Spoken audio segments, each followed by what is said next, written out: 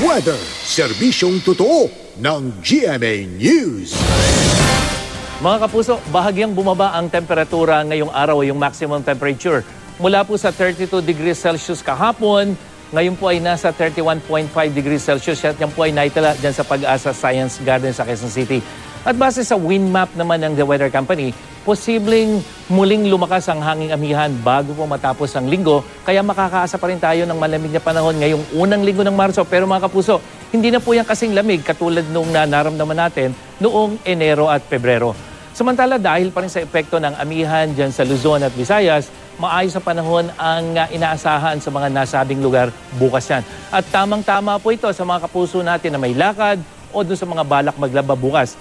Maaliwalas sa panahon din ang pinapakita ng datos ng The Weather Company.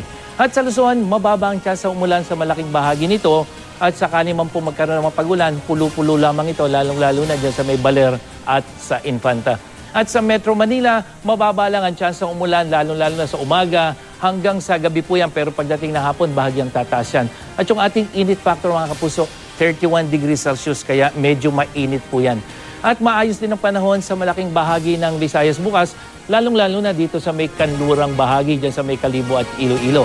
Habang sa Mindanao, magiging bahagyang maulap at posible ang pulo-pulong mahinang pagulan at yung mga thunderstorm dito po sa may Coronadal at General Santos o dyan sa may Soxargen region.